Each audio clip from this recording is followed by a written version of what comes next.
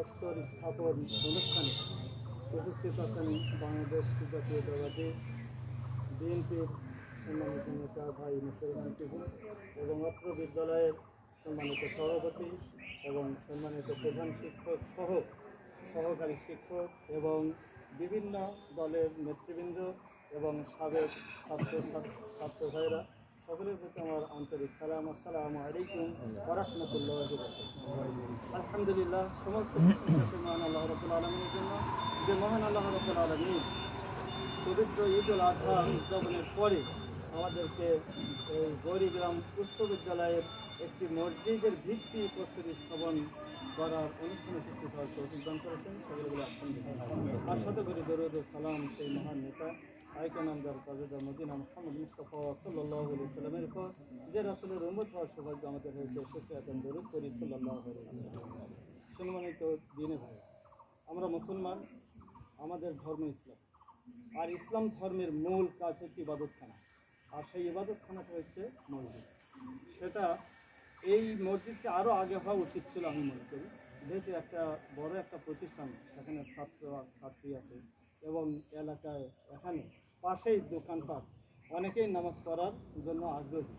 এখান থেকে হয়তো ওই আগাজা আমাদের মাদ্রাসা মসজিদে নামাজ পড়তে হবে, যার কারণে এখানে যে মসজিদটা হবে এই মসজিদ আসলে আমাদের সকলেরই সহযোগিতা করা দরকার, ইবাদতখানা থাকা দরকার। আর সেই আলোকেই এই মসজিদের ভিত্তিপ্রস্তর উদযাপন হতে যাচ্ছে। প্রাথমিক অবস্থায় যেভাবেই হোক এই মসজিদকে শুরু করলে আস্তে আস্তে এমন একদিন আসবে যে মসজিদ বিল্ডিং হয়ে যাবে।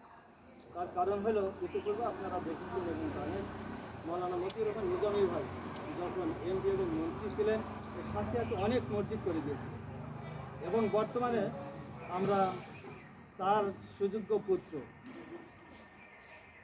আমাদের এমপি পাচ্ছি।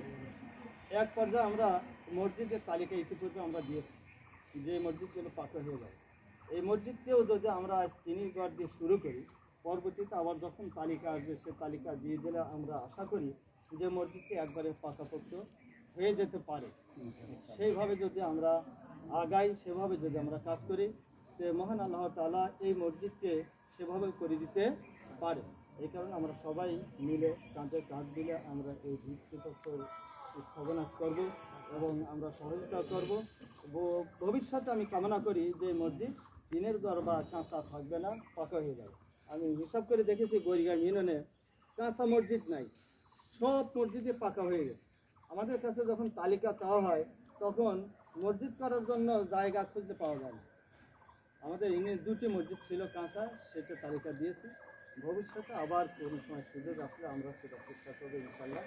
সকলেই দোয়া করবেন, মহান আল্লাহ তাআলা আমাদেরকে এই মসজিদ করার কাজে সহযোগিতা করার এবং কাজ করার তৌফিক দান করুন।